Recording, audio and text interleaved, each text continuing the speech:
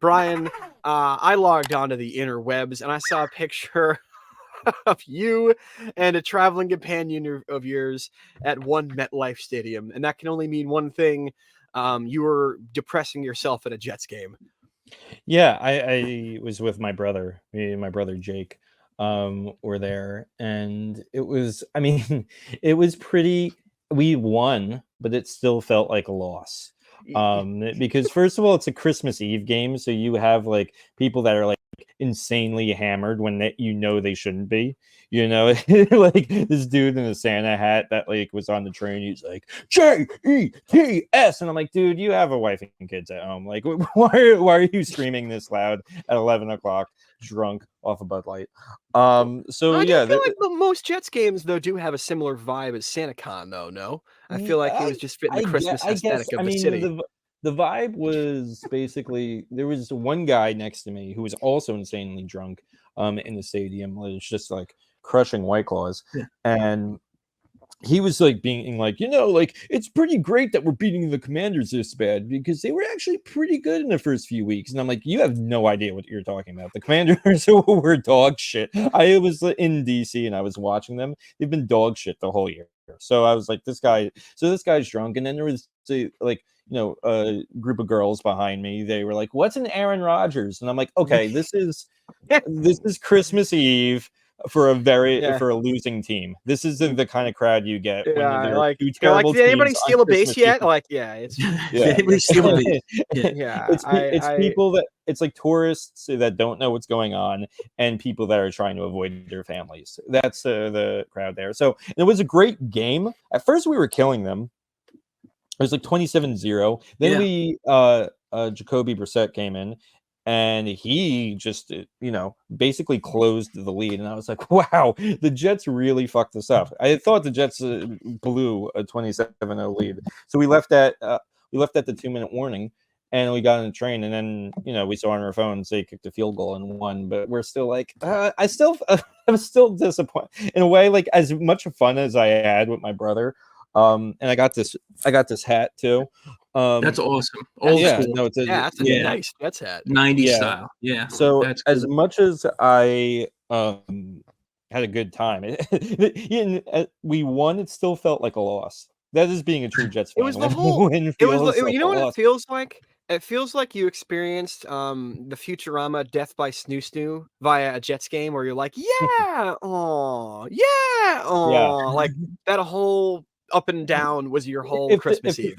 If the first quarter, well, it was more like if the first quarter was not the first quarter. The first half was the second half was nah, and then and then the final 2 minutes when they won, it was like, okay, great, cool, that's nice. That's nice to hear one. Okay, you're so numb to the Jets that they can't even bring you joy anymore. It just can't. It just numb does. to it. It's just like, they should have won a game. They should have won a game where they had a lead where it was 27-0 for like the first two quarters. Like, they should have won. They should have won that game. So it's not. It's one of those things where Chris Rock is like, I'm not going to congratulate a dad for paying his bills. You know what I mean? Like, I'm not going to congratulate you when you beat the worst team ever by a field goal when you had an amazingly sizable lead. So that was my Jets game. So yeah, JETS, just end the season, and we'll see what happens next year. Just out of curiosity, did you what did you get those tickets for? If you don't mind, if you do, it's fine. They were $100 each. But they were great seats. Yeah, you were right near the field though. You were like what, 30-yard line or something crazy. Yeah, and it wasn't like behind the goalpost either. It was like you were right in the field. Degree. Yeah, okay. It was great. The view you had was great. Yeah, I got to see Breece Hall score a touchdown, which was cool. I got a few cards, and again, okay, the last thing I'll say about the fucking Jets is it sucks so much because like we did have a solid squad of players that I really liked this year, but damn. It's a Jets. Exactly. So, damn. That's it. Yeah. All right. So. Well, we'll get back to football right around draft season, but yeah, the Giants and Jets are we're womp womp. Moving along, let's move back to baseball. We're gonna start getting geared up for baseball in about 6 weeks or so, actually, which is weird to say.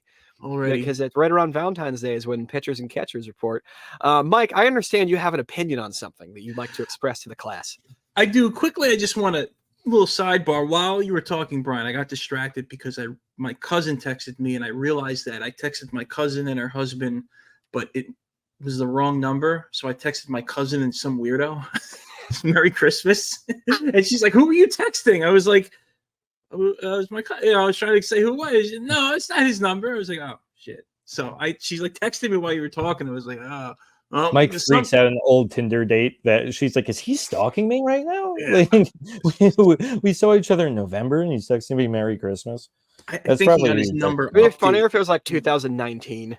Just like some fucking. It's like, why are you texting me? I have like a kid now. Like I'm married. Like, I mean, I hope you had a good Christmas, but like this is weird. Like, remember that awkward stand after we had that awkward one night stand after Olive Garden? Yeah. Merry Christmas. Yeah. Any one night stand after Olive Garden is awkward. Yeah. I think Mike is too self-respecting of an Italian to bring someone to the Olive Garden. No, I would never. I would never. No, you would never bring a date to Olive Garden. If I bring her to Olive Garden, she's staying and I'm leaving. So good luck. Enjoy. So I actually know a guy in college who met his wife that way, bringing her on a date to the Olive Garden. I swear to God. That's love. Hey, those breadsticks, man. Those breadsticks get the pheromones going. I don't know. I heard a guy who met his wife. Those breadsticks are a panty dropper right there. So well, I mean, dude, when you're fucking 19 and you're willing to drop $36 on a woman, that actually kind of, you know what I mean? Like, good for him. Olive Garden's a shit, man. You eat like a king. I'd rather go to Sbarro's. At least it's from Brooklyn. Yeah, pre-inflation, like dinner at Olive Garden. Yeah, you're the man. Well, the cool thing about Sbarro too is if the date doesn't go well, you can get right back on the train because you're already at the station. So you know, that's how deuces. Yeah. This is Jersey dating advice from the Nosebleeders Sports. Well, you know, it's Tommy DeVito season, so we got to respect our God.